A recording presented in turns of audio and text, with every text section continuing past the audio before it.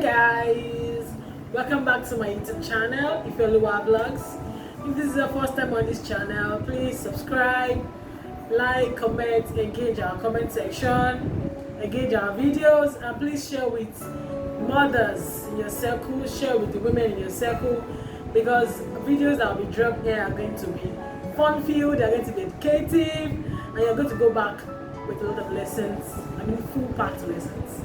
So please subscribe. Thank you.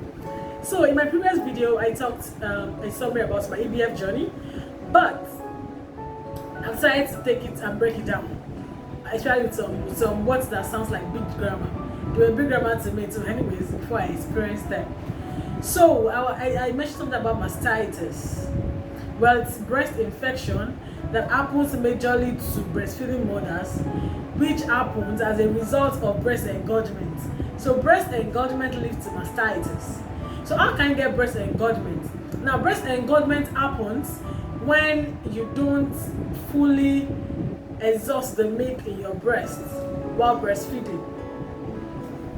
If after you feed your baby feeding, there's still some milk left, it is advised that you express them all out. Or while you are pumping, your pumping session, you must extract all milk out of your breast to avoid your breast being engorged. If your breast is being engorged, it eventually leads to mastitis, which is the infection of the breast. Now, there are a lot of questions surrounding this. When your breast is engorged and you are feeling pains, just keep giving your baby that breast to latch properly on to relieve you. Even while you have mastitis, you can actually still continue breastfeeding. Mastitis is very, very, very painful, and you will need medical attention, mostly by antibiotics. But as nursing mothers, it's advised that we just don't self-medicate. So you still have to eventually go to the clinic to get the right antibiotics to use. So mastitis can be very, very painful, but when you use antibiotics, it's pain relief, and you rest and keep nursing or pumping. For instance, in my own situation, when I had mastitis, I could not breastfeed with that same breast because of the pains. So what I did was to basically just give it, pump out the particular breast and keep nursing with the other breast. So mastitis will eventually go. Just keep nursing. The baby being infected does not have any negative impact on your baby while nursing on the breast. So it's 100% safe to nurse while you have mastitis, only if your doctor advises otherwise. So to avoid breast engorgement, you have to keep breastfeeding, and you make sure you pump out the excess milk and store to avoid breast engorgement. If you have mastitis, you can use either warm water, whichever works for you. Sometimes what I do is use warm water in the morning to massage, and at night I use cold water or alternate to relieve me of the pain, rest, and take a lot of fluid. It helps. Water actually helps a lot as a nursing mother. So mastitis can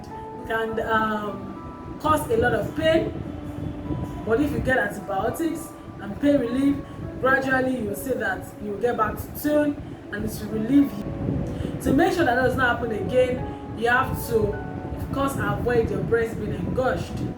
So what happened was to me is that when your body is producing more milk than your baby is taking, it eventually leads to breast engorgement. And the more milk at that moment seems more, but eventually your baby will need it. So what is advised is when your body is producing more milk, it is better that you actually pump out and store against rainy days, as we say, against when your baby will need them. So that's all about engorgement and mastitis. So try to avoid engorgement, because engorgement leads to mastitis. I'll just share my own experience briefly. So as I said earlier on, I lactate very well. I'm still lactating well, so I said I lactate very well, except for some 1 or 2 times when I have dropped down in milk and I'm tied down to be in my period, which I will explain later how your period affects your lactation.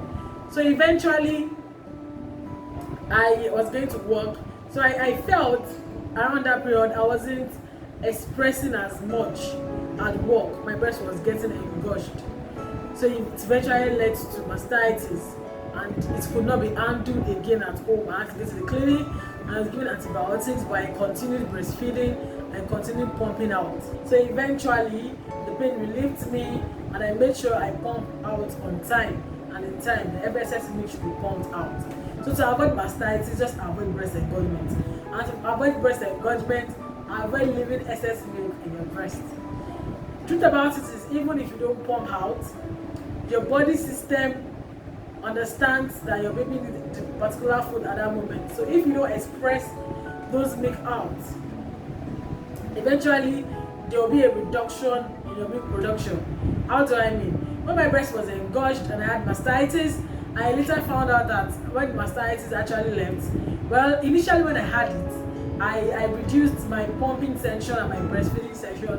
So when the pain eventually left, I noticed that there was a milk dropped down. So my body system got the message that I do not need enough milk again. So there was a milk drop down. But when it happened to me the second time, which was very serious, I had to go to the clinic and get antibiotics. What I did was to keep pumping and keep breastfeeding, so that there won't be a milk drop down. There's going to be a milk drop down if I'm tempted to stop breastfeeding or pumping at that moment. So when you have mastitis, do not yield to the temptation of stop breastfeeding as long as you're still breastfeeding.